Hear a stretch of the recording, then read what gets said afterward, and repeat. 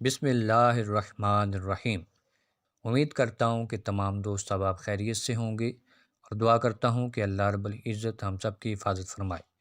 دوستو، آج کی ویڈیو میں آپ کو بتانے والا ہوں ایک ایسی دعا جس کو پڑھنے سے دشمن پر غلبہ حاصل ہوگا۔ سورہ بقرہ کی آیت نمبر 250 کے اندر اللہ رب العزت نے ارشاد فرمایا ہے، ربنا افرغ علینا صبرا وثبت اقدامنا وانصرنا علی القوم الکافرین۔ اے ہمارے رب، ہم پر صبر انڈیل دے اور ہمارے قدموں کو جمائے رکھ اور کافر قوم پر ہماری مدد فرما۔ دشمنوں پر فتح یابی کے لیے حضرت داؤد علیہ السلام نے یہ دعا پڑھی تھی۔ جس وقت جالوت اور اس کے لشکر سے مقابلہ ہوا تو اللہ نے انہیں فتح عطا فرمائی۔